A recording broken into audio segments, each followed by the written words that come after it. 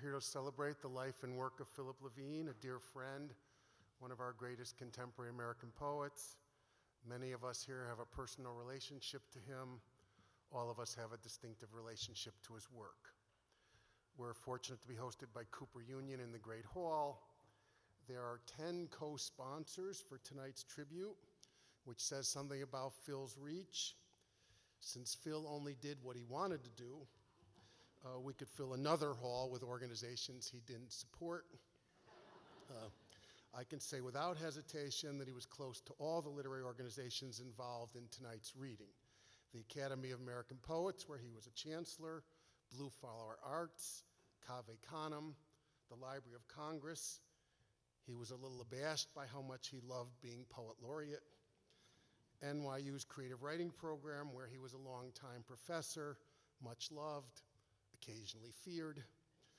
The Poetry Society of America, which made a special effort to put together tonight's program. Thank you, Alice Quinn.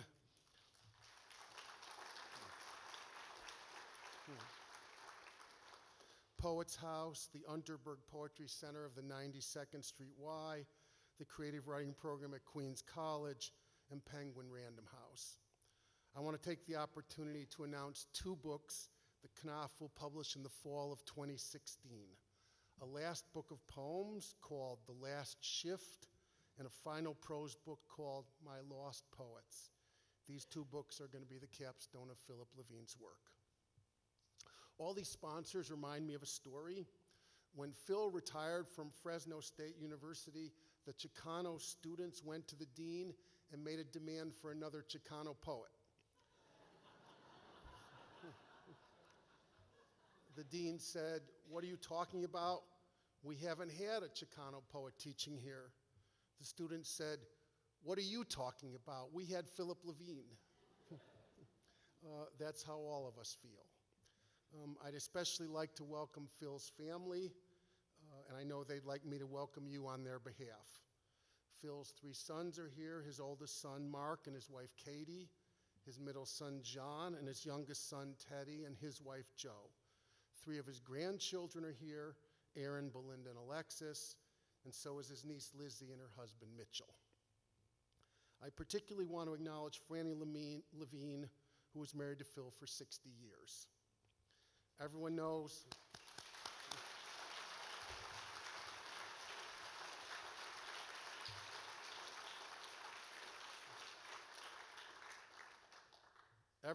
just how much she's done for Phil. She's a remarkable person in her own right. When I first became friends with Phil and Franny, Phil's twin brother Eddie said to me, "Franny's the best thing that ever happened to my brother." I said, "I totally agree. She is so hot." And he said, "That's not what I meant. I meant that she's so nice." I said, "Yes, oh, definitely, I agree. That's what I meant too. She's so nice." But really, we've been friends for 35 years, and I can say that it's way beyond nice. She has one of the finest characters of anyone I've ever known. We have many poets here tonight, many of Phil's friends who are eager to read and talk to you about him. But I want to take one more moment to say that Philip Levine was one of the most memorable people I've ever met. I won't say he was one of a kind. After all, he was a twin. But I will say that I have never known anyone more vivid. Whenever my girlfriend Lori and I would leave their house, she'd say, "He gives good Phil." It was true. He was always utterly himself.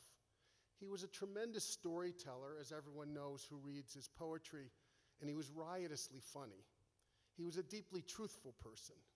He once said that he was afraid that if he ever started to lie in his poems, the spirit would slowly seep out of his study in Fresno and travel down the coast, where Adrienne Rich would suddenly find herself writing working-class poems about Detroit. He was a great friend, and he loved being with his friends. He could also be bracingly honest. You didn't want to ask him a question, especially about your work, if you weren't prepared to hear the answer. I made that mistake once, and I never made it again. Many people weren't ready for his bluntness.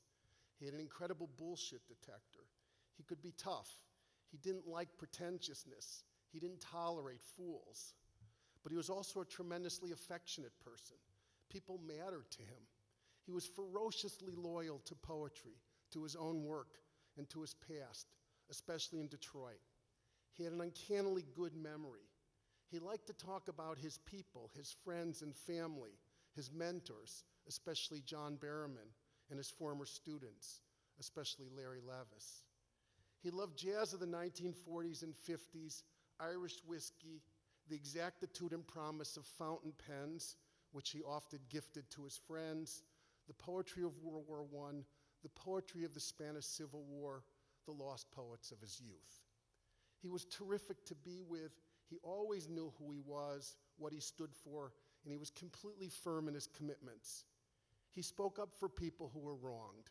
He was enraged on their behalf. He never gave up his dream of justice. He continued to believe in the boundlessness of human possibility. We're so lucky to have known him.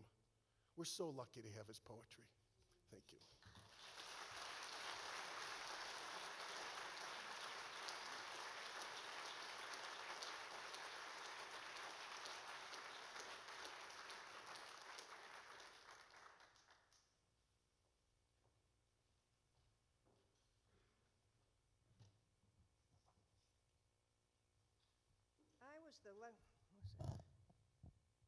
Can you hear me? I was the lucky person who, when Harry Ford died, became Philip's editor at Alfred A. Knopf. His wonderful collection, The Mercy, was in the final stages of proof, and reading it was the best possible antidote to the sadness I felt about Harry. The title poem itself helped, with its story of his mother's voyage to America and her first encounter with unexpected kindness, a sort of recurring mercy in the form of a sailor aboard ship who introduced her to the orange. But in rereading the collection recently, I realized that another line in another poem there expressed exactly the way I felt about becoming Phil's editor. It is from the poem, "And That Night Clifford Died." Clifford is Clifford Brown, according to Phil, an astonishingly gifted Detroit jazz trumpeter killed in an automobile accident at 25 back in the 40s, whose music he heard many years later driving home in the night to Fresno on the FM station, fading in and out on the car's radio, the sound never to be forgotten, a gift I did nothing to earn. It is those last words that pertain, a gift I did nothing to earn. That seemed to apply to me and Phil. Harry had taken him through the bulk of his career, and I was now reaping the pleasure of it. Not only the pleasure of working with Phil on new collections, but of knowing him and Franny, and watching his big successes. The year as Poet Laureate, for instance. And we didn't forget Harry, particularly the Harry who loved to eat and drink and always took his writers out for lavish lunches or dinners. Every year, if at all possible, Phil, Franny, and I celebrated what we called our Harry Ford Memorial Dinner at the most desirable, think expensive, place we could find a reservation. I'd like now to propose an imaginary toast to Phil with a glass of the red wine that both he and Harry loved, for sharing his beautiful, funny, semi-sweet, semi-tough self with us both personally and in his wonderful poetry, his lasting gift to us all. And then I'd like to read one of his poems, a deep favorite of mine, Our Valley.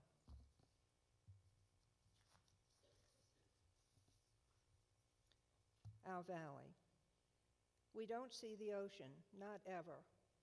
But in July and August, when the worst heat seems to rise from the hard clay of this valley, you could be walking through a fig orchard when suddenly the wind cools and for a moment you get a whiff of salt. And in that moment, you can almost believe something is waiting beyond Pacheco Pass, something massive, irrational, and so powerful even the mountains that rise east of here have no word for it. You probably think I'm nuts saying that the mountains have no word for ocean, but if you live here, you begin to believe they know everything. They maintain that huge silence we think of as divine, a silence that grows in autumn when snow falls slowly between the pines and the wind dies to less than a whisper, and you can barely catch your breath because you're thrilled and terrified. You have to remember this isn't your land. It belongs to no one. Like the sea you once lived beside and thought was yours. Remember the small boats that bobbed up and down that bobbed out on the waves as the waves rode in, and the men who carved a living from it only to find themselves carved down to nothing. Now you say, this is home, so go ahead. Worship the mountains as they dissolve into dust. Wait on the wind. Catch a scent of salt. Call it our life. Thank you.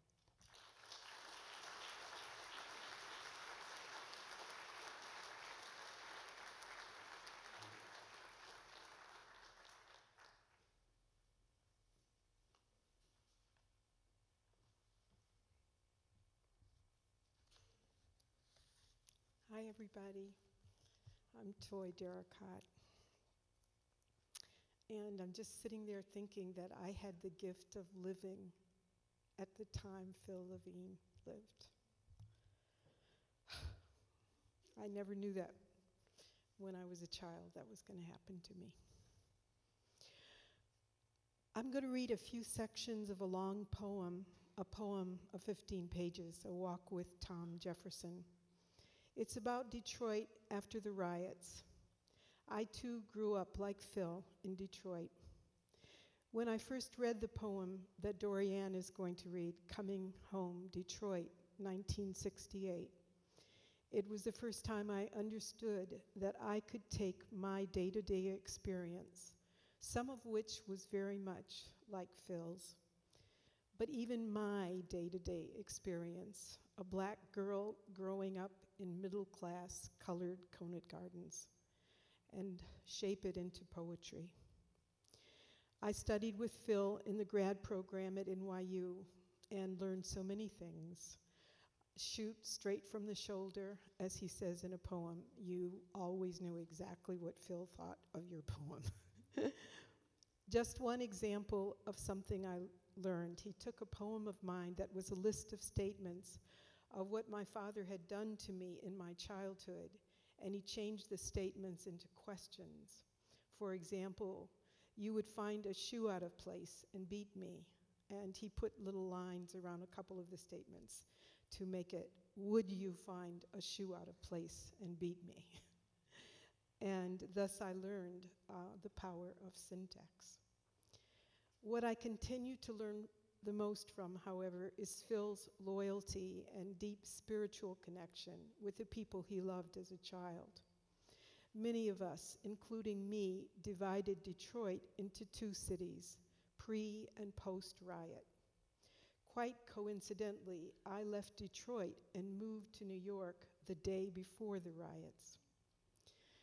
Phil saw the city as continuous. He always wrote about the valor of the people he cared about.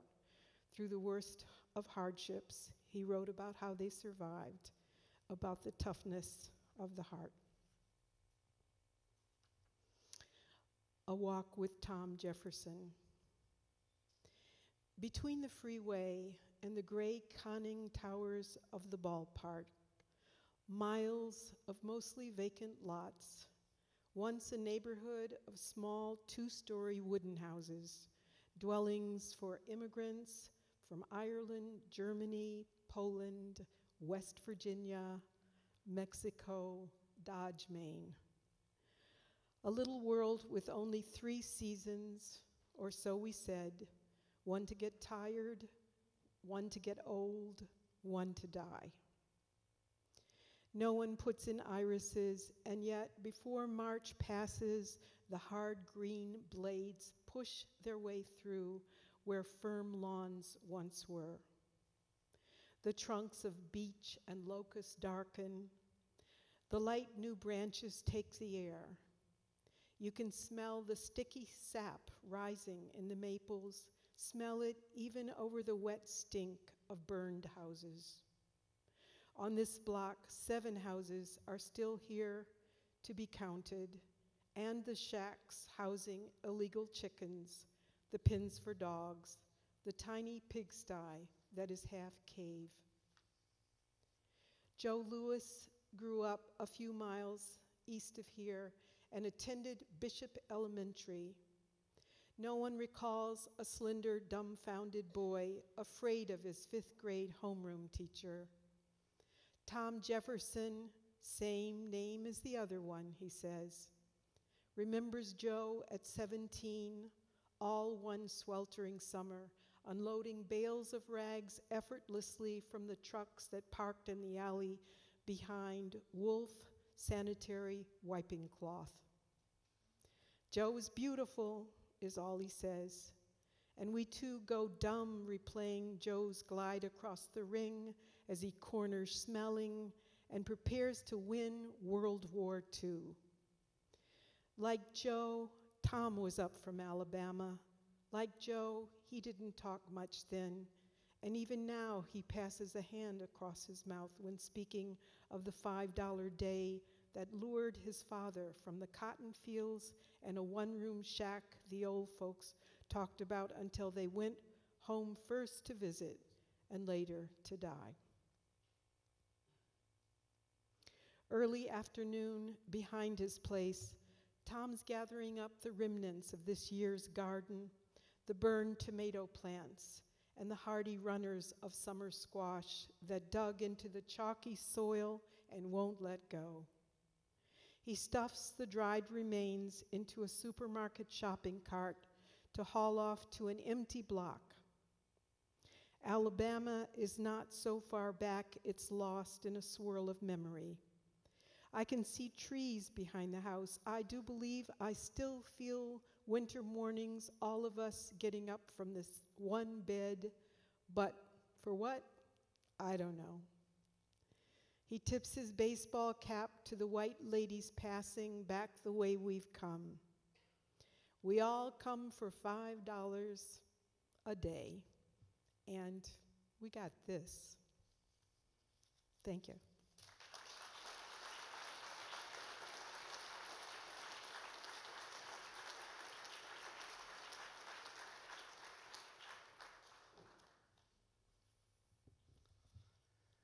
I want to thank Phil on the behalf of many people in Fresno, in the Valley, Central Valley of California.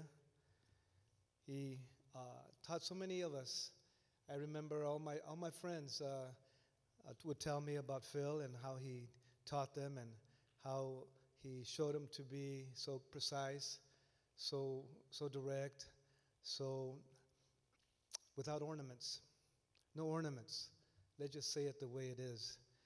And there were so many poets, Omar Salinas, Victor Martinez, his brother John Martinez, Leonard Adame, and the list goes on.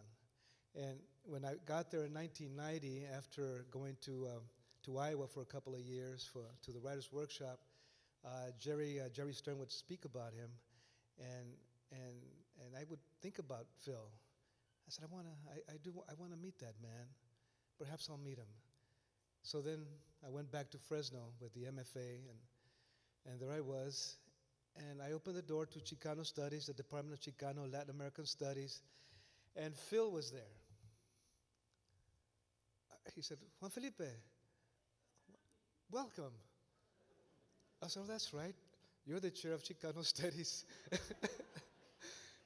But I'm telling you the truth. Phil was there in the Department of Chicano Latin American Studies waiting to greet me, to welcome me to Fresno State. And that's where we began to have conversations, and I began to know him directly. And going to the readings in Fresno and Chinatown, where there were a few readings, and we got together there and found spaces to read and invited Phil, crossing our fingers that he would come, that just maybe he'd be there, and we would feel like, we have a reading. Hey, everybody, we have a reading. Phil is here, and he would be there. And he would be there. He'd go up on the stage, and he would read, and we'd feel really good. We'd go, all right, this is a reading, you guys. This is a reading.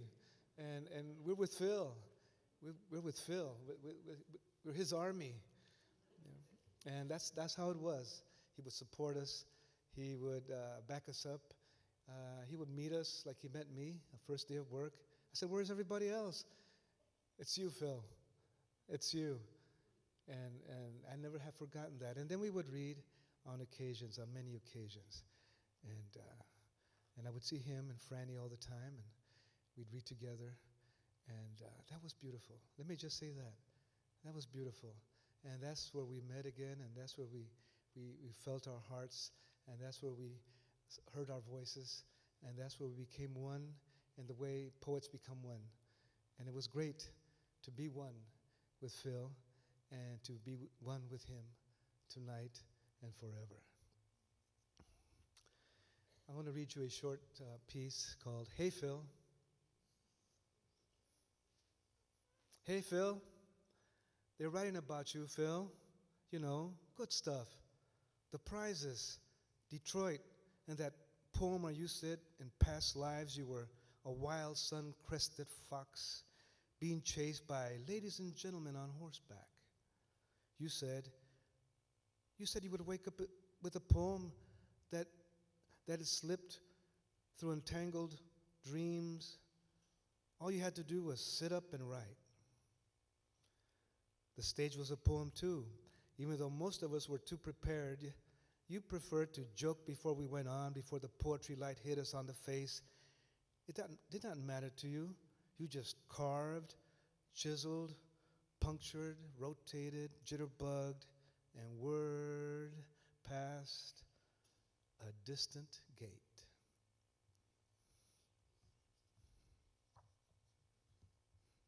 This is from Breath. Today and 2,000 years from now. And it has everything Phil had and everything. The job is over. We stand under the trees. Waiting to be told what to do, but the job is over. The darkness pours between the branches above, but the moon's not yet on its walk to the night sky trailed by stars. Suddenly a match flares. I see there are only us two, you and me, alone, together in the great room of the night world, two laborers with nothing to do. So I lean to the little flame and light my lucky, and thank you, comrade. And again, we are in the dark. Let me now predict the future. 2,000 years from now, we too will be older, wiser, having escaped the fleeting incarnations of working men.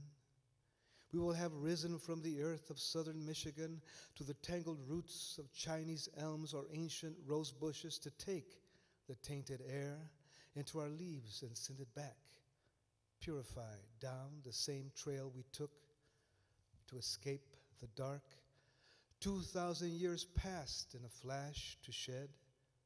No more light than a wooden match gave under the trees when you and I were lost kids, more scared than now, but warm, useless, with names and different faces.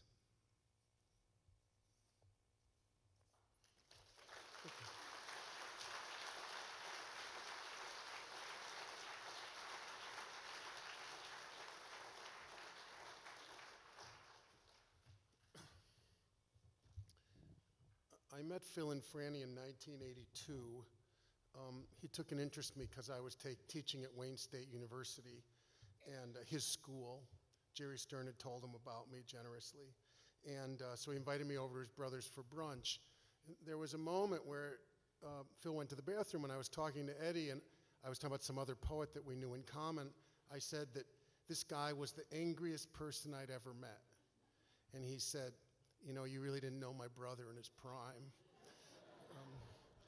But I did know his poetry, and I think one of the miracles of this work, when you look at the whole body of the work, is that how a poet who began with such tremendous rage also turned into an elegiac poet in the end, finally even a poet of celebration. And part of the path of this work was through his great poets of the Spanish Civil War and his belief in Spanish Civil War poetry and in anarchism. When he was poet laureate, he once said to me, "I can't use the A word." I bring that up because in this poem, To Cipriano in the Wind, he takes the name of a working person that he knew in Detroit and gives him the name of a famous Spanish anarchist. And you could see that through anarchism, he gets a politics of hope. To Cipriano in the Wind. Where did your words go, Cipriano, spoken to me 38 years ago in the back of Peerless Cleaners, where raised on a little wooden platform, you bowed to the hissing press, and under the glaring bulb, the scars across your shoulders, a gift of my country, gleamed like old wood. Dignidad, you said into my boy's wide eyes, without is no riches. And Ferrante, the dapper Sicilian coatmaker, laughed. What could a pants presser know of dignity? That was the winter of 1941. It would take my brother off to war, where you had come from. It would bring great snowfalls, graying in the streets, and the news of death racing through the halls of my school.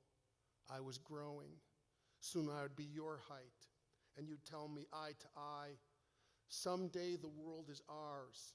Someday you will see. And your eyes burned in your fine white face until I thought you would burn.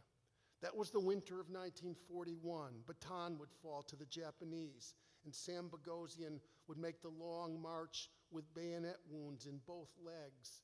And somehow, in spite of burning acids splashed across his chest, and the acids of his own anger rising toward his heart, he returned to us and ate the stale bread of victory.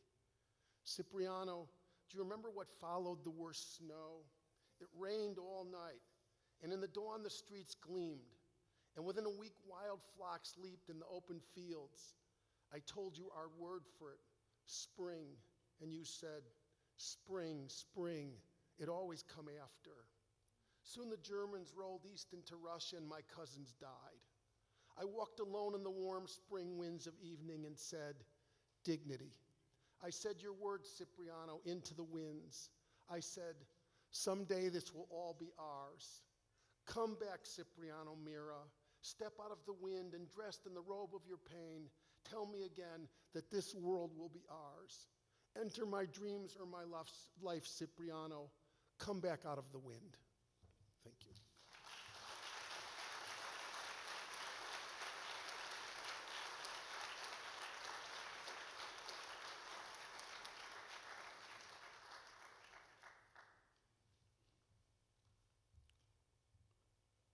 I feel like I've lost a great friend. Phil knew how to get to the truth of things, but he could also be, certain moments, indirect.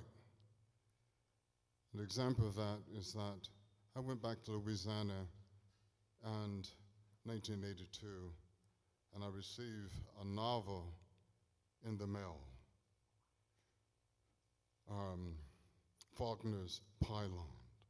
And I didn't know why Phil had sent me this novel until I was halfway through the novel. I realized he was saying, Yusef, you have to retool your psyche. You have to get back to the South.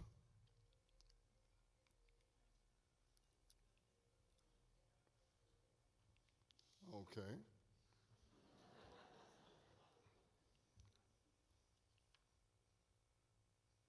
You can have it. My brother comes home from work and climbs the stairs to our room.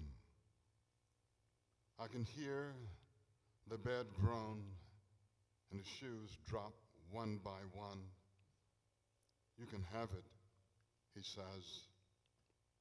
The moonlight streams in the window, and his unshaven face is whitened like the face of the moon. He will sleep long after noon and waken to find me gone. 30 years will pass before I remember that moment when suddenly I knew each man has one brother who dies when he sleeps and sleeps when he rises to face this life. And that together they are only one man, sharing a heart that always labors, hands yellowed and cracked, a mouth that gasps for breath and asks, am I gonna make it? All night at the ice plant, he is fed to shoot its silvery blocks, and then I stack cases of orange soda for the children of Kentucky, one gray boxcar at a time, with always two more waiting. We were 20 for such a short time, and always in the wrong clothes, crusted with dirt and sweat. I think snow. I think now we were never 20. In 1948, in the city of Detroit, founded by De La North Cadillac from the distant purposes of Henry Ford, no one wakened or died. No one walked the streets or stoked a furnace, for there was no such year. And now that year has fallen off all the old newspapers, calendars, doctor's appointments, barns, wedding certificates, driver's license. The city slept, the snow turned to ice, the ice to standing pools or rivers racing in the gutters. Then bright grass rose between the thousands of cracked squares, and that grass died. I give you back 1948. I give you all the years from then to the coming one. Give me back the moon with its frail light falling across her face. Give me back my young brother, hard and fierce, with wide shoulders and a curse for God and burning eyes that look upon all creation and say, you can have it.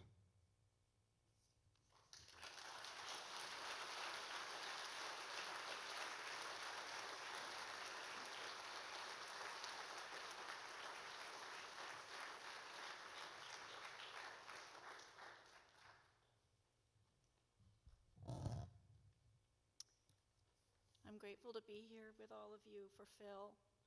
And I also want to acknowledge sharing the evening with two early teachers, Jane Mead and Sharon Olds, who led me to Phil, each in her own way. Phil was my teacher at NYU exactly 20 years ago. What he taught and modeled for me as a poet and human being deeply affected me. I'd come to New York from California in 1994 to see if I might be a poet. When Phil arrived to teach in the fall of '95, I was reeling from a personal loss. Phil's warm and grounding presence, his toughness, realness, Empathy, humor, passion, and intelligence were an essential tether. Here was a man who seemed to fully inhabit himself and without a trace of self-consciousness. He spoke what he thought, and when he spoke, it was in service of the poem. He was generous without giving himself away. Often I think I learned more from his stories than anything he said about my poems. In the years that followed, we exchanged letters. We wrote about New York and California and poetry and making a living. Phil encouraged me to stay connected to my writing, no matter what else was going on in my life. His words gave me hope. That our paths crossed at all is one of my life's great gifts. I continue to learn from Phil and will never forget his kindness to me. When I think of Phil, I see him in California's agricultural heartland, its dusty fields and valley towns blanketed by tule fog, laced with the smell of eucalyptus and fertilizer. I see him in Fresno, where he taught for decades, in the house where he and Franny welcomed and nourished countless poets. From a letter dated August 6, 1997, Phil wrote, "Last Sunday, on the way back from visiting friends in Sausalito, my wife, my friend, Peter Everwine, and I stopped at the little empire of Casa de Fruta, which is in Hollister, which I first saw in the spring of '55 on my way to Fresno. It was then just a fruit stand, no railway, no Casa de Vino, no Casa de Burger. And of course, I thought of you and Alice O'Neill, my NYC California friends." Keats in California. The wisteria has come and gone. The plum trees have burned like candles in the cup of earth. The almond has shed its pure blossoms in a soft ring around the trunk. Iris, rose, tulip, hillsides of poppy and lupin, gorse, wild mustard. California is blazing in the foolish winds of April. I have been reading Keats, the poems, the letters, the life, for the first time in my 59th year, and I have been watching television after dinner, as though it could bring me some obscure, distant sign of hope.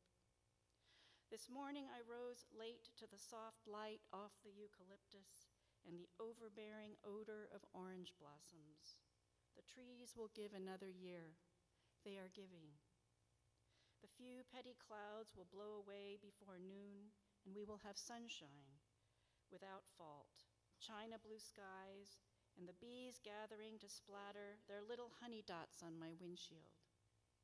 If I drive to the foothills, I can see fields of wildflowers on fire until I have to look away from so much life.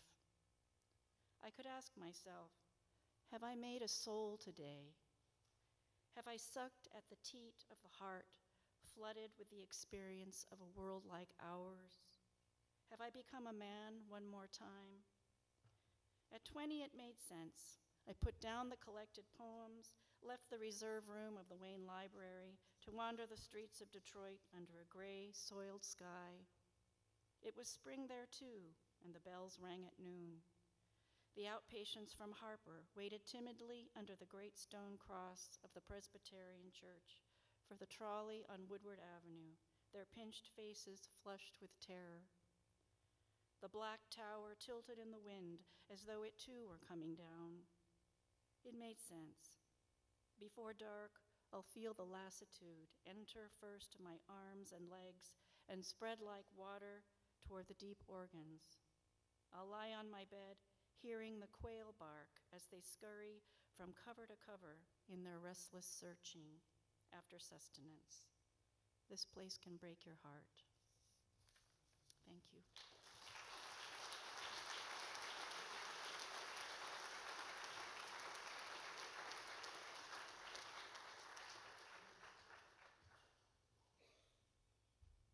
Thank you all for being here and helping us to honor Phil and celebrate his life and his work.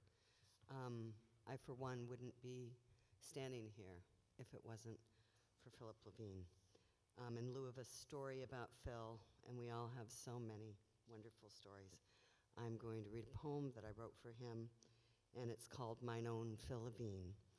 It's closely patterned after W.S. Merwin's poem Berryman, and the title is taken from Philip Levine's essay titled Mine Own John Berryman, which in turn is based on the Thomas Wyatt poem Mine Own John Poins.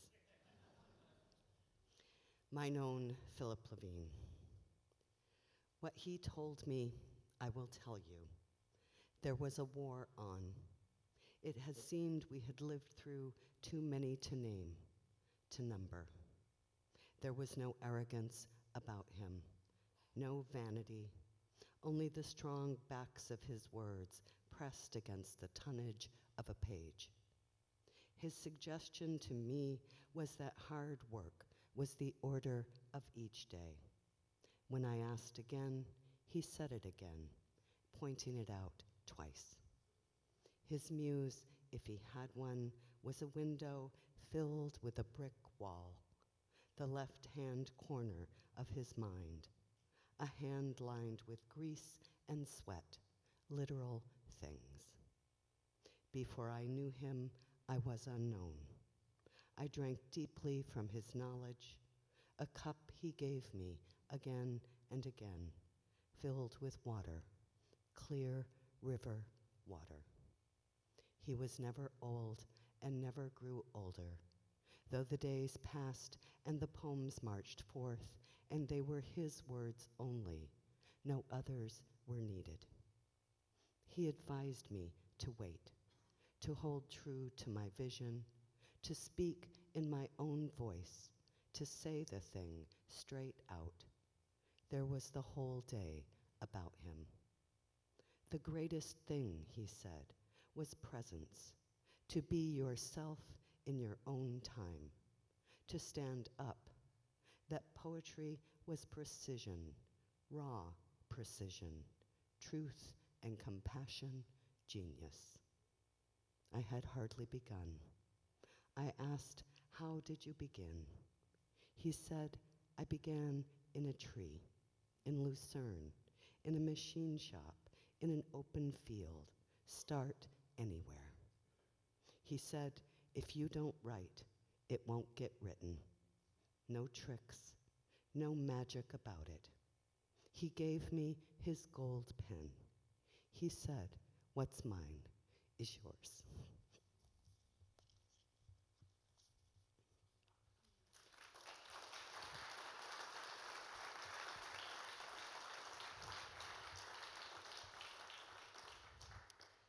And this is Phil's poem, Coming Home, Detroit. And this book, They Feed They Lion, is dedicated to his beautiful wife, Fran, his lion, his thistle, and his tree. Coming Home, Detroit, 1968. A winter Tuesday, the city pouring fire. Ford Rouge sulfurs the sun. Cadillac, Lincoln, Chevy Gray. The fat stacks of breweries hold their tongues, rags, papers, hands, the stems of birches dirtied with words. Near the freeway, you stop and wonder what came off. Recall the snowstorm where you lost it all. The wolverine, the northern bear, the wolf caught out, ice and steel raining from the foundries in a shower of human breath. On sleds in the false sun, the new material rests. One brown child stares and stares into your frozen eyes until the lights change and you go forward to work. The charred faces, the eyes boarded up, the rubble of innards, the cry of wet smoke hanging in your throat, the twisted river stopped at the color of iron. We burn this city every day.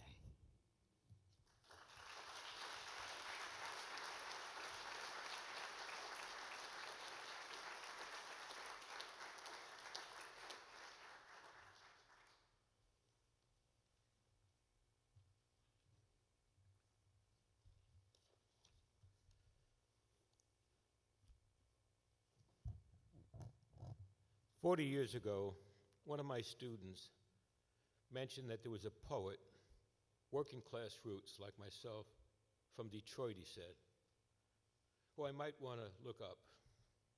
I did, and I loved what I read.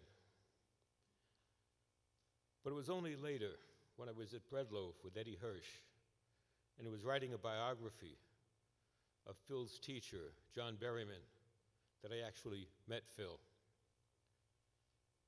And given Phil's way of yes, no, you're all right, get lost, I was delighted when Eddie told me that I'd passed muster. Phil and Franny, what a delightful couple they were. Franny's kindness and concern for everyone, and Phil's wit and humor that could set you laughing so hard you begged him to please stop so you could get your breath back. And he would stop for a minute or so before there'd be another zinger. Or he'd talk about his days in Detroit or Fresno or Spain. I saw Phil and Franny for what turned out to be the last time. It was October the 24th last year at his and Franny's apartment on Willow Street. Phil took me for a walk along the East River south of Brooklyn Bridge. It was already getting dark, and I wanted to get a picture with Phil, so he stopped a young British couple and asked the guy if he would take one with the two of us. The picture's a bit dark, but it's a panoramic shot with the two of us smiling into the camera even as the shadows gather. It's a picture I treasure for many reasons, but the fact that it was the last image I have of him means more than I can easily say. Then afterwards, we went back to Phil's apartment and gathered Franny, and then the three of us walked a couple of blocks to a delightful little Polish restaurant that was a favorite of Phil and Franny's. It was like something out of Warsaw or Krakow. The food and atmosphere were that authentic. And when we'd eaten, I said to Phil that it was time we got the check. And that's when he looked at me and said, no, you get the check.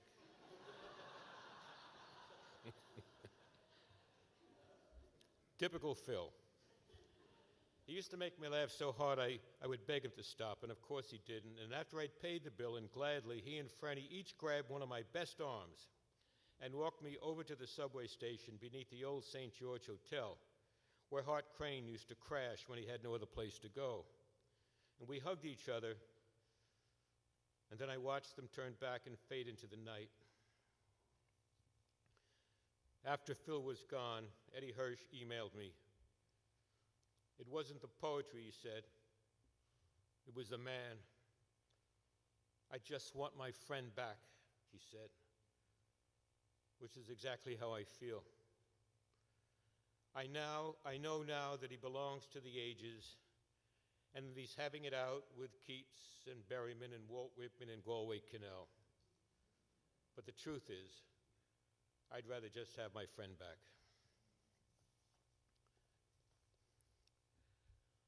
On the meeting of Garcia Lorca and Hart Crane, Brooklyn, 1929. Of course, Crane's been drinking and has no idea who this curious Andalusian is, unable even to speak the language of poetry. The young man who brought them together knows both Spanish and English, but he has a headache from jumping back and forth from one language to another. For a moment's relief, he goes to the window to look down on the East River, darkening below as the early night comes on.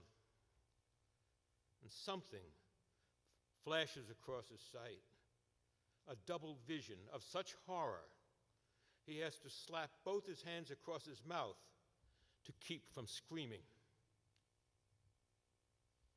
Let's not be frivolous.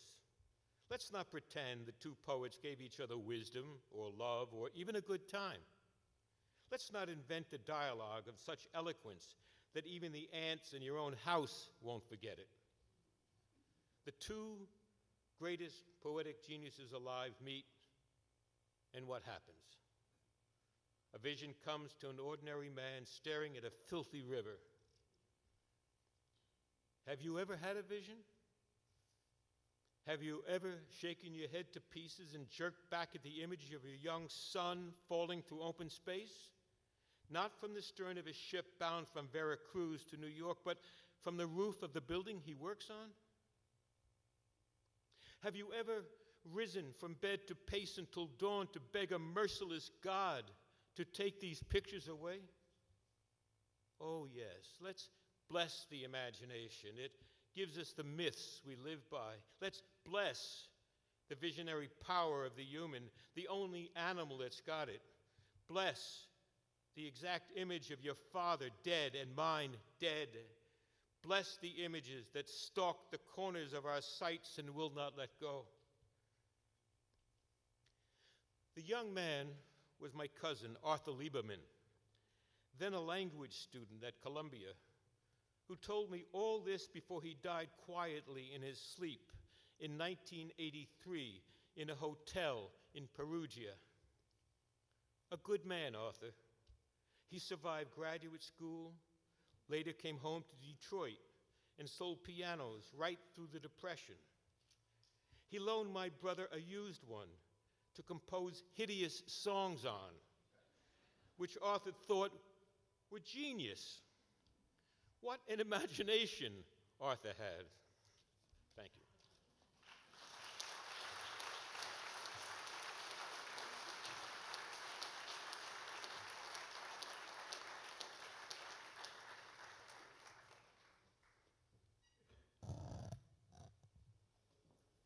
This is They Feed, They Lion. Out of burlap sacks, out of bearing butter, out of black bean and wet slate bread, out of the acids of rage, the candor of tar, out of creosote, gasoline, drive shafts, wooden dollies, they lie and grow. Out of the gray hills of industrial barns, out of rain, out of bus ride, West Virginia to kiss my ass, out of buried aunties, mothers hardening like pounded stumps, out of the bones need to sharpen and the muscles to stretch, they lie and grow. Earth is eating trees, fence posts, gutted cars. Earth is calling her little ones, come home, come home. From pig balls, from the ferocity of pig driven to holiness, from the furred ear and the full jowl, come the repose of the hung belly. From the purpose, they lie and grow. From the sweet glues of the trotters come the sweet kinks of the fist. From the full flower of the hams, the thorax of caves. From bow down, come rise up. Come they lion from the reeds of shovels, the grained arm that pulls the hands.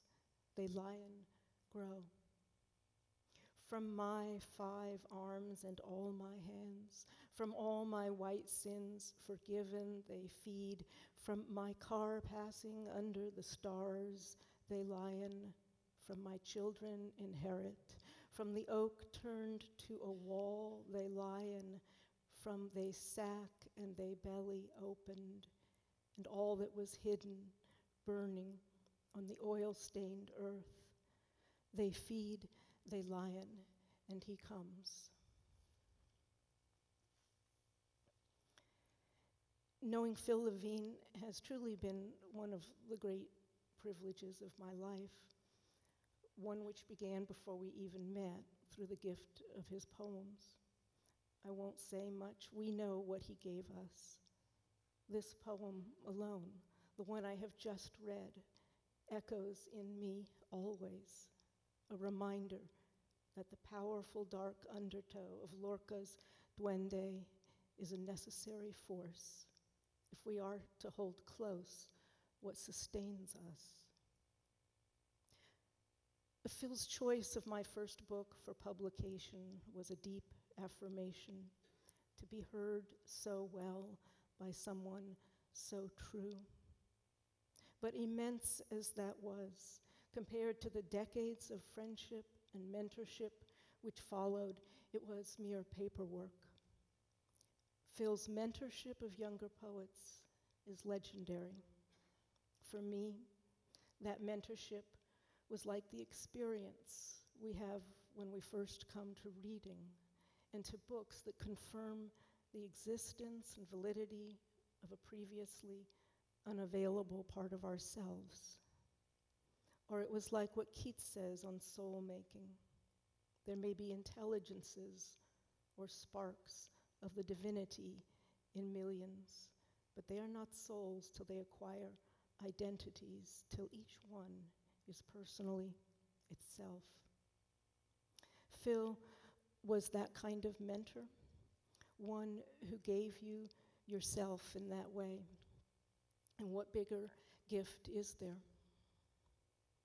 Finally, Phil was Phil because Franny is Franny, and because he and Franny traveled in single orbit. Over the decades, through a scattering of visits in New York and Fresno, and beginning in a time when I was so shy as to be effectively speechless, they extended their friendship to me. Their generosity of spirit, their kindness to one another, and most of all, their sheer deep sanity helped me to grow into my own humanness and to trust my own sanity. How lucky I have been, how honored I am to have known Philip Levine. Thank you.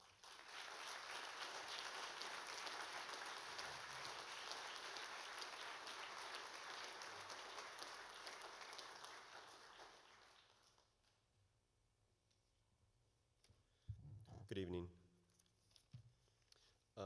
A few years ago, when my first book came out, I sent Phil a copy, and a couple weeks later, he shot me an email, and he said, "You know, there's some good poems in here, but I have one facetious question. Since when do you have a Zadie?" And then he said, "Well, maybe you're like me, and you make a Zadie when you need one." And what he didn't realize at that moment when I read those words was that we had sort of come full circle. And it took me back to 98, 99, when I was a young man who was thinking about maybe trying to become a poet, and reading his books cover to cover and realizing that I could be anyone I wanted to be on the page, and that I was free from my seemingly dull, boring life. And that gift that I got from his work and then from him, I can't think of a greater gift to give a writer that kind of permission. This is Dog Poem. Fierce and stupid all dogs are, and some worse. I learned this early by walking to school unarmed and unprepared for big city life, which they had been bred to for centuries. The chow who barred my way, snarling through his black lips, taught me I was tiny and helpless, and that if he grew more determined, I could neither talk nor fight. In my school books, my starred exams, my hand-woven woolen mittens, a gift of my grandmother, would fall to the puddled sidewalk, and at best my cold sack of lunch might buy me a few moments to prepare my soul before I slept. I inched by him, smelling his breath, hot and sour as old clothes. He did nothing but rave, rising toward me on his hind legs and choking against the collar, which miraculously held. Later, years later, delivering mail on bicycle in the new California, I was set on by a 4-footed moron who tore at my trousers even as I drummed small rocks off his head. I dreamed that head became soup, and the small eyes stared out into the bright dining room of the world's great dog lovers. And they ate and wept by turns, while I pedaled through the quiet streets, bringing bad news and good to the dogless citizenry of Palo Alto. The shepherd dog without sleep who guards the gates to sleep wakens each night as my tiny boat begins to drift out on the waters of silence. He bays and bays until the lights come on, and I sit up sweating and alarmed, alone in the bed I came to call home. Now I am weary of fighting and carry at all times small hard wafers of dried essence of cat to purchase a safe way among the fanged masters of the avenues. If I must come back to this world, let me do so as the lion of legend, but striped like an alley cat. Let me saunter back the exact way I came, turning each corner to face the barking hosts of earth until they scurry for cover or try pathetically to climb the very trees that earlier they peed upon and shamed. Let their pads slide upon the glassy trunks, weight them down with exercise books, sacks of postcards, junk mail, ads, dirty magazines. Give them 3 kids in the public schools, hemorrhoids, a tiny, fading hope to rise above the power of unleashed, famished animals and postmasters. Give them 2 big feet and shoes that don't fit, and dull work 5 days a week. Give them my life.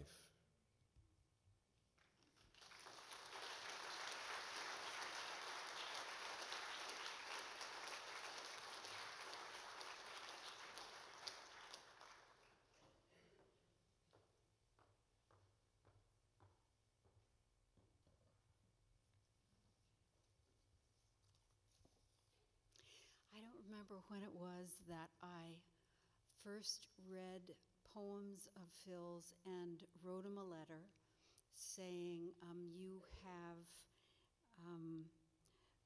rescued for the imagination lives that have not been in poems before. You are a hero.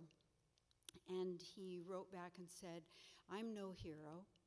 I am someone who has not been able to forget men and women who were heroes. And he said, are you a writer? Your letter sounds as if you're a writer. Good luck with your writing. Phil was one of the living poets older than I think of Adrienne and Gwendolyn Brooks, Ruth Stone, Muriel Galway, C.K. Williams, who gave us the example of singing what one was born to sing, writing what we knew, what they cared about most, and the craft of it, the matter of it, true to its spirit. I have so loved that Phil is a lyric poet and a body politic poet and a radical poet and a family poet at once. I love the story of him plunging or trancing, I haven't been able to find it, through the woods when he was a child, saying things, starting to say things, moved to speak what he realized later were poems.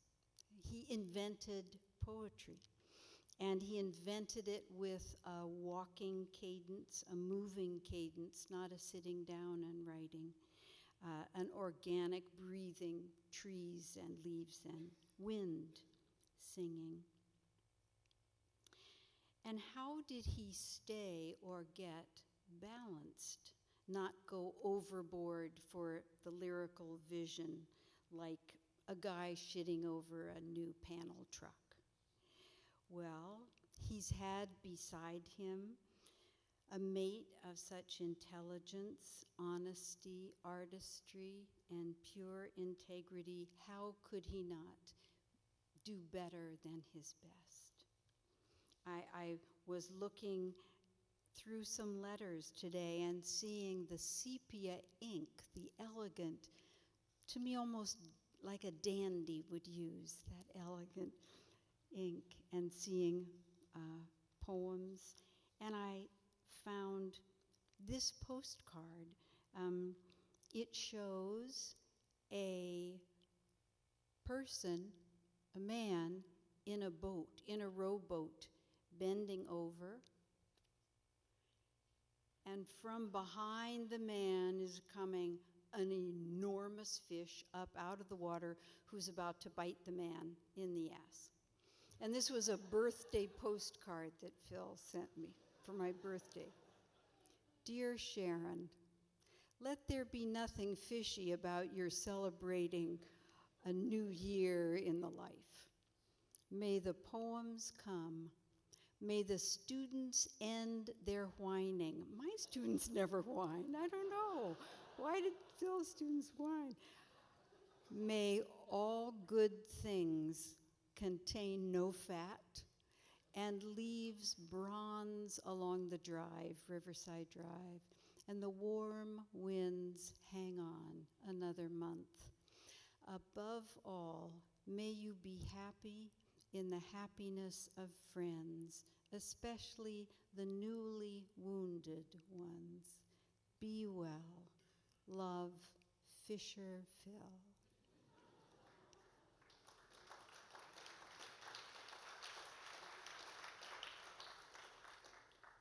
And in the spirit of rebellion, I am going to read a different poem from the one I was planning to. So, What Work is a poem that we all love so much and know, and that I'll be reading a lot in the next days, and I hope you will too. But I could not resist tonight reading the Old Testament. My twin brother swears that at age 13, I'd take on anyone who called me kike, no matter how old or how big he was. I only wish I'd been that tiny kid who fought back through his tears, swearing he would not go quietly. I go quietly packing bark chips and loam into the rose beds, while in his memory I remain the constant child, daring him to wrest Detroit from lean Gentiles in LaSalle convertibles and golf clothes, who step slowly into the world we have tainted and have their revenge. I remember none of this. He insists. He names the drugstore where I poured a milkshake over the head of an Episcopalian with quick fists as tight as croquet balls. He remembers the license plate, his thin lips, the exact angle at which this 17-year-old dropped his shoulder to throw that last punch. He's making it up. Wasn't I always terrified? Of course, he tells me, that's the miracle. You were even more scared than me. So scared you went insane. You became a whirlwind, an avenging angel. I remember planting my first victory garden behind the house, hauling dark loam in a borrowed wagon, and putting in carrots, corn that never grew, radishes that did. I remember saving for weeks to buy a tea rose, a little stick packed in dirt and burlap, my mother's favorite. I remember the white bud of my first peony that one morning burst beside the mock orange that cost me 69 cents. 50 years later, the orange is still there, the only thing left beside a cage for watchdogs, empty now in what had become a tiny yard. I remember putting myself to sleep dreaming of the tomatoes coming into fullness, the pansies laughing in the spring winds, the magical wisteria climbing along the garage, and dreaming of Hitler, of firing a single shot from a foot away, one that would tear his face into a caricature of mine, tear-stained, bloodied, begging for a moment's peace.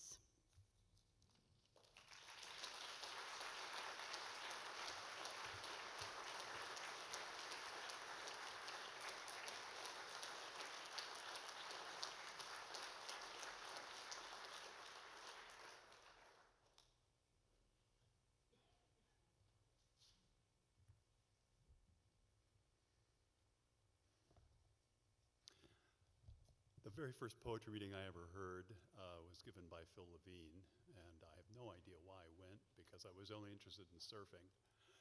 And anyway, there was this guy in the gym of UCSD, University of California, San Diego, and he was wearing sneakers, and I was wearing sneakers. And he was wearing jeans, and I had jeans, and he had a flannel shirt, and I had a flannel shirt, and he had wild hair, and I had wild hair. I thought, at the end of it, maybe I can do this.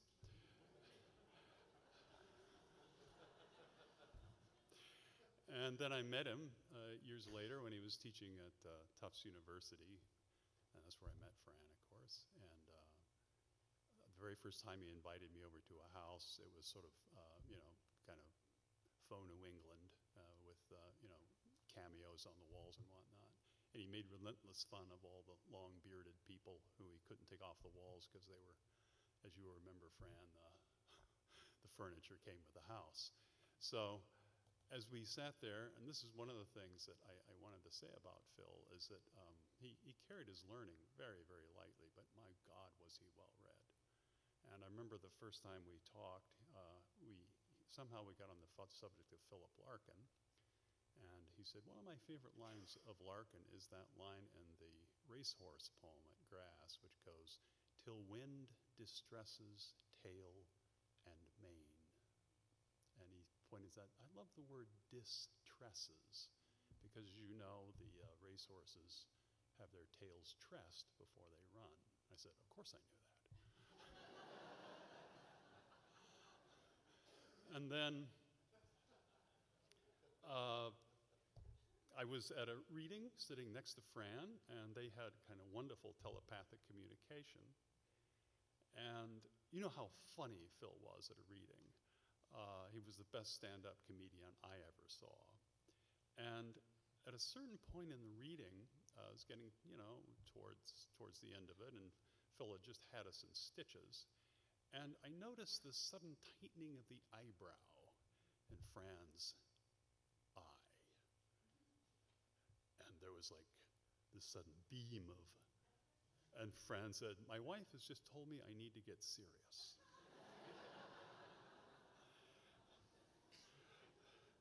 And lastly, I was, rooting around in the memorabilia, just like Sharon, and, letters and this, that, and the other thing. And I came across this note on a birthday, just like Sharon. And it has typed in all caps, Philip Levine. And then 106 Willow Street, Brooklyn, New York, 11201-2202. Of course, he handed this to me. 718-852-5173. November 28th, 09. We thought your request for $1 million gift just perfect. So here it is. You will receive $1 in USA currency every November 28th, your birthday, for the next 1 million years.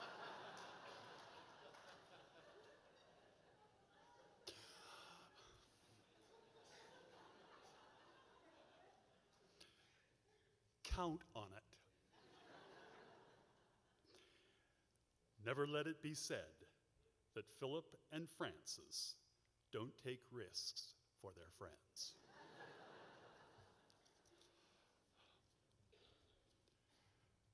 And the poem I'm going to read sort of dovetails with one of the things that I always loved about conversation with Phil, and that is it went fast and furious, and you really had to be on your mettle to keep up.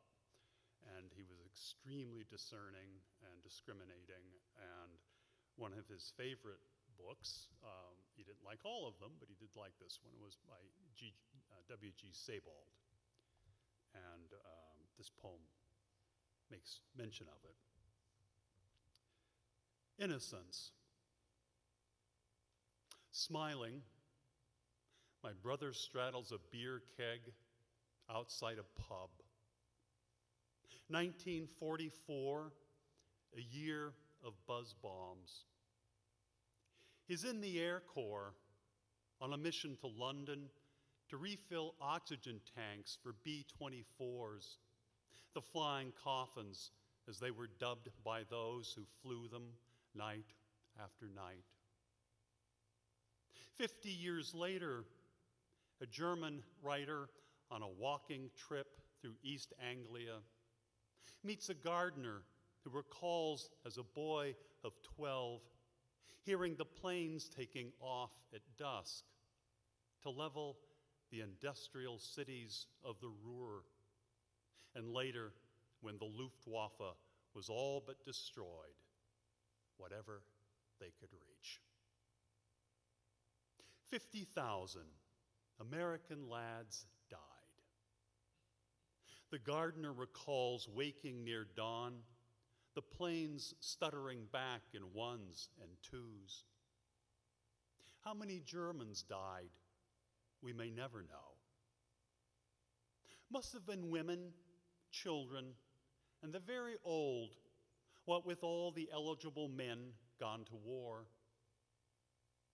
The German novelist writes it down word for word in his mind and goes on to an appointment with an English writer born in Germany, a Jew who got out in time. My brother recalls a young woman who lived above the pub, a blonde, snapping the picture outside the pub with his own Argus C3 and points out a horse and wagon around the corner loaded with beer kegs, but with no driver. The pub is closed, for it is not long after dawn, and the city is rising for work and war. We call the time innocent, for lack of a better word. We call all the Germans the Nazis, because it suits the vengeance we exact.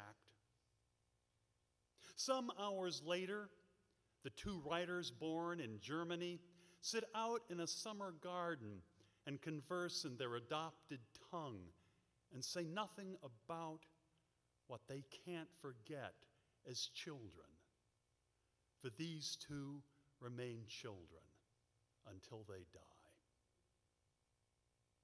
My brother, blind now, tells me he is glad to be alive. He calls every painful day a gift he's not sure he's earned, but accepts with joy. He lives in a Nutra house with entire walls of glass and a view of the Pacific, a house he bought for a song 20 years ago in disrepair. He accepts the fact that each year squadrons of architectural students from Europe and Asia drop in to view the place. And though he cannot see, he shows them around graciously and lets them take their photographs. When I tell him of the 50,000 airmen the gardener told the novelist about, his blind eyes tear up. For above all, my older brother is a man of feeling, and his memory is precise, like a diamond. And he says, not that many.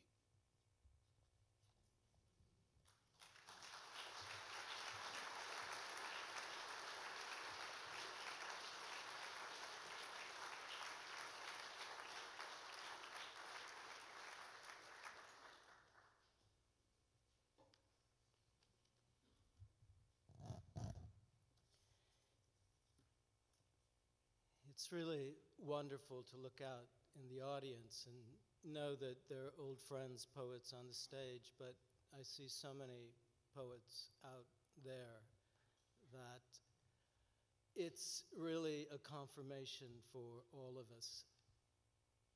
I was introduced to Phil in 1968 by the poet Larry Levis, and Larry had been reading my shitty poems this semester before, and Larry had a way of kind of raising one Clark Gable eyebrow and sort of looking at you, but not saying anything.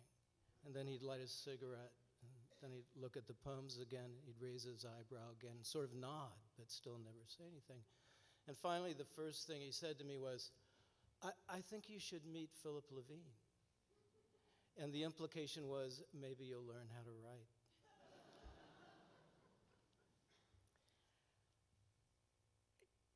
Soon after, I met Fran, and I met Mark and John and Teddy, and was welcomed into that family.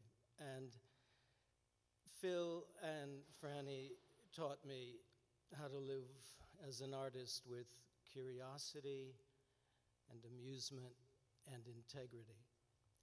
I'm going to read a poem that's the last poem in the book Breath, and it's the poem from which the title comes.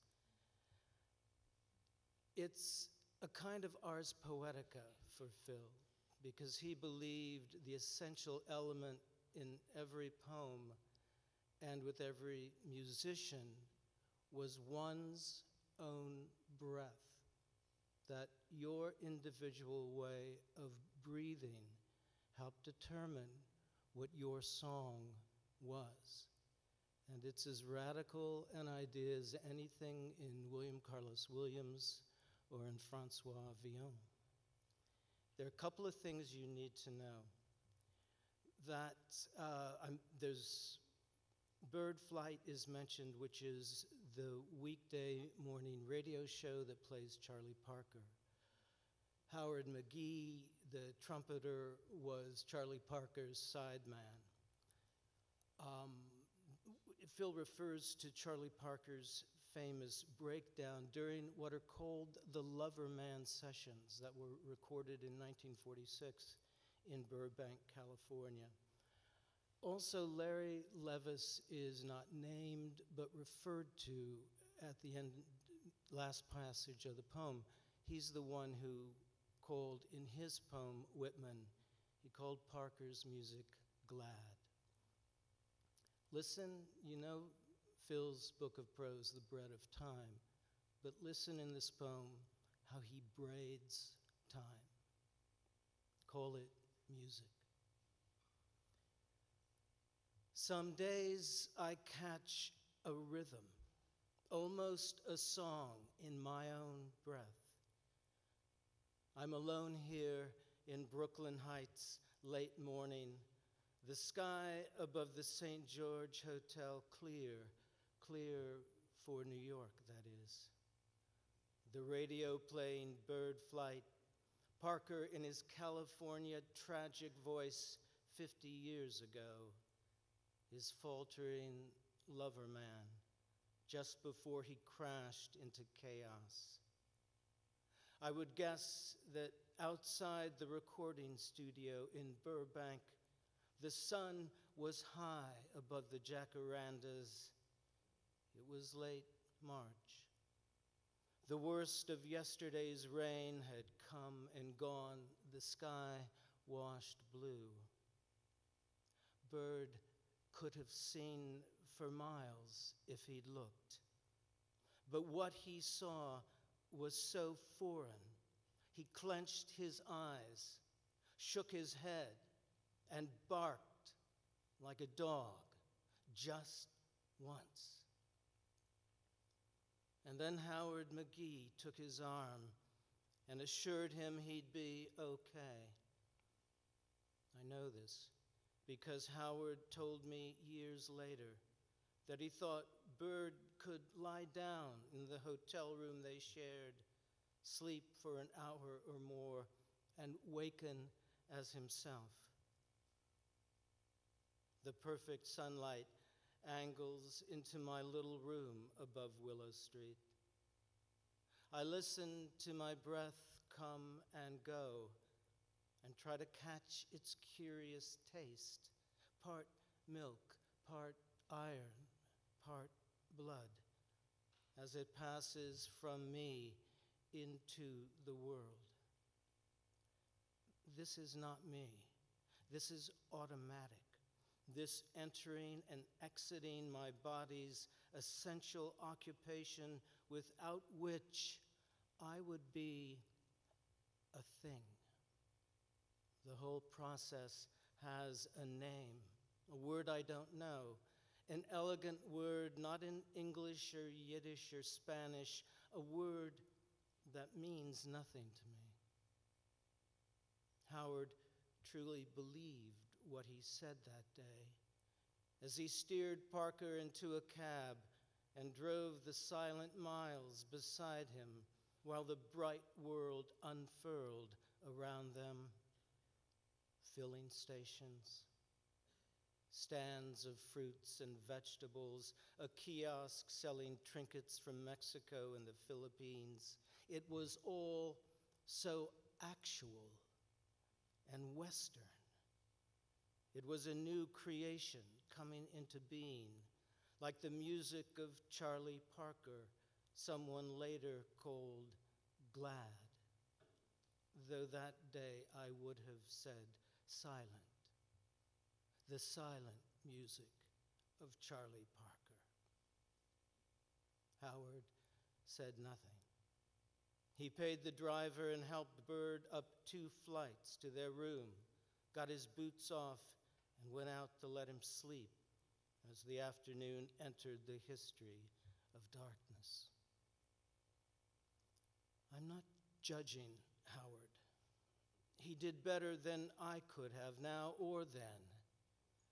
Then I was 19, working on the loading docks at Railway Express, coming day by day into the damaged body of a man, while I sang into the filthy air the Yiddish drinking songs my Zadie taught me before his breath failed. Now Howard is gone, 11 long years gone, the sweet voice silenced, the subtle bridge between Eldridge and Navarro they later wrote. All that rising passion, a footnote to others. I remember in '85 walking the halls of Cass Tech, the high school where he taught after his performing days, when suddenly he took my left hand in his 2 hands to tell me it all worked out for the best.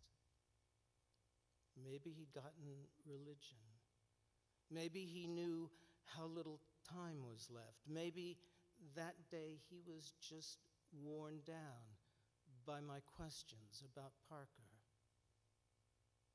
To him, Bird was truly Charlie Parker, a man, a silent note going out forever on the breath of genius, which now I hear, soaring above my own breath as this bright morning fades into afternoon. Music. I'll call it music. It's what we need as the sun staggers behind the low gray clouds, blowing relentlessly in from that nameless ocean, the calm and endless one I've still to cross.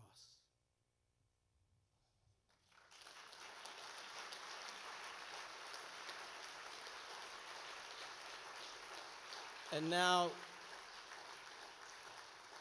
I want to introduce one of Phil's dearest friends, Jerry Stern.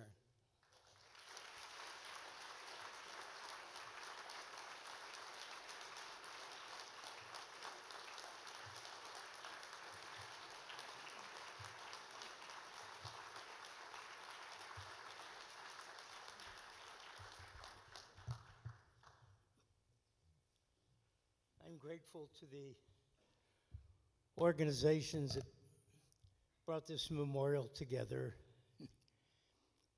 For in a personal way, it helps relieve me of the terrible pain I'm still feeling and will continue to feel for the rest of my life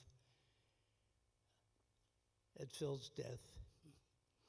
And I have a little picture of him sitting on a desk in our apartment.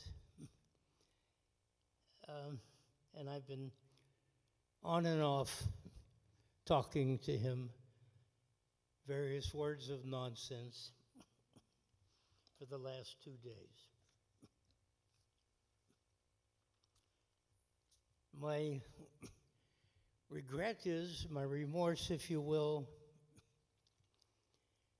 is that maybe sometimes I feel Phil, being as complicated as he was, that he didn't realize how much I loved him. I never had a brother, but Phil was my brother.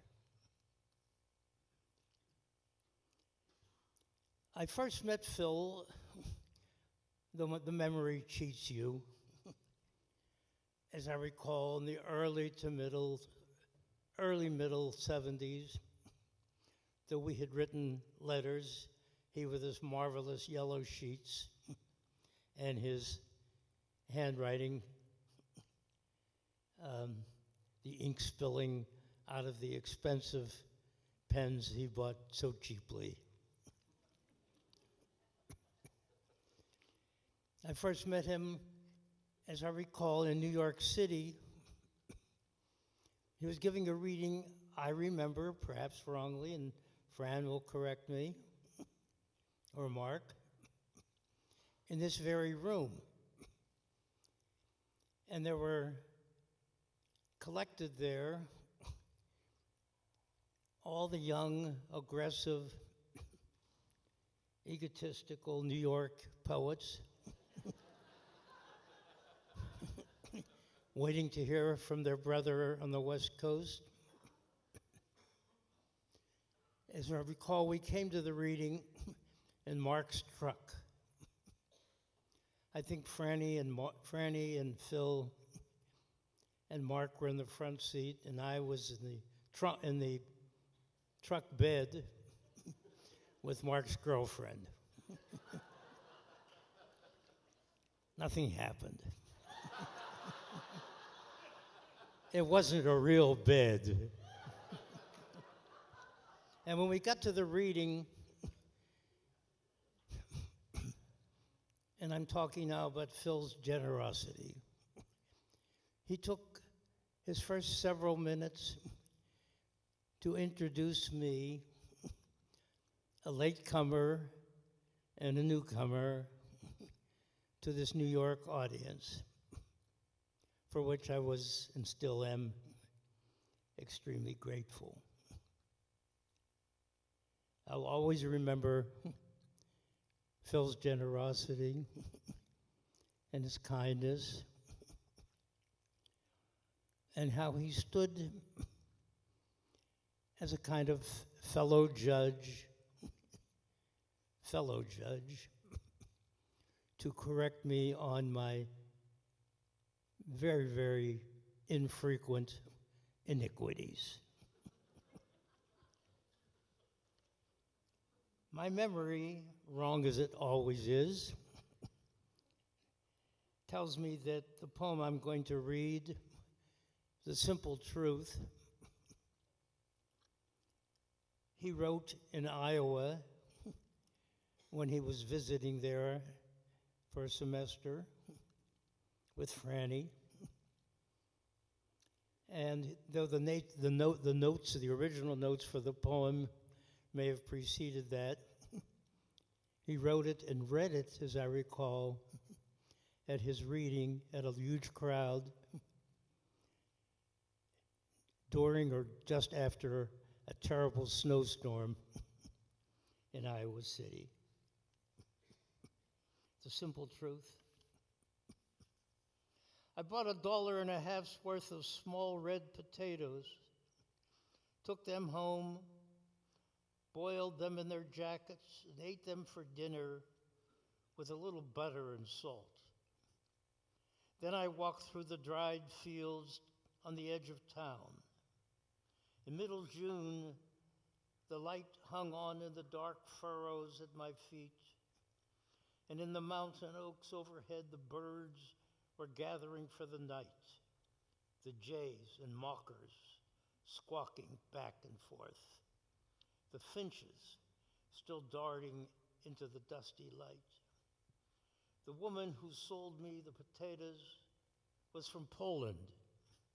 She was someone out of my childhood in a pink-spangled sweater and sunglasses, praising the perfection of all her fruits and vegetables at the roadside stand and urging me to taste even the pale, raw sweet corn trucked all the way, she swore, from New Jersey. Eat, eat, she said. Even if you don't, I'll say you did. Some things you know all your life. They are so simple and true, they must be said without elegance, meter, and rhyme. They must be laid on the table beside the salt shaker, the glass of water, the absence of light gathering in the shadows of picture frames. They must be naked and alone. They must stand for themselves. My friend Henri and I arrived at this together in 1965. Before I went away, before he began to kill himself, and the two of us to betray our love. Can you taste what I'm saying? It is onions or potatoes, a pinch of simple salt, the wealth of melting butter. It is obvious. It stays in the back of your throat like a truth you never uttered because the time was always wrong. It stays there for the rest of your life, unspoken, made of that dirt we call earth, the metal we call salt, in a form we have no words for. And you live on it.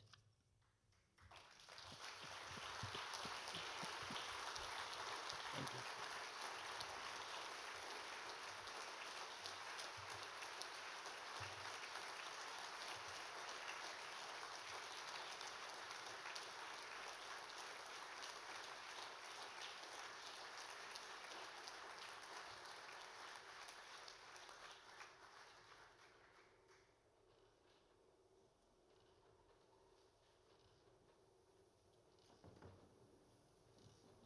I grew up during World War II and had a victory garden, and I loved to garden, but I was a lousy gardener. My wife, who's rural in her background, is a fabulous gardener, and so this takes place in her garden. Burial rites. Even on a rare morning of rain like this morning, with the low sky hoarding its riches except for a few mock tears, the hard ground accepts nothing. 6 years ago, I buried my mother's ashes beside a young lilac that's now taller than I, and stuck the stub of a rose bush into her dirt, where, like everything else, not human, it thrives. The small blossoms never unfurl. Whatever they know, they keep to themselves until a morning rain or a night wind pares the petals down to nothing. Even the neighbor cat, who craps daily on the paths and then hides deep in the jungle of the weeds, refuses to purr. It's right to end up beside the woman who bore me, to shovel into the dirt whatever's left and leave only a name for someone who wants it. Think of it. My name, no longer a portion of me, no longer inflated or bruised, no longer stewing in a rich compost of memory, or the simpler one of bone, kitty litter, the roots of the eucalyptus I planted back in '73. A tiny me, taking nothing, giving nothing, empty and free at last.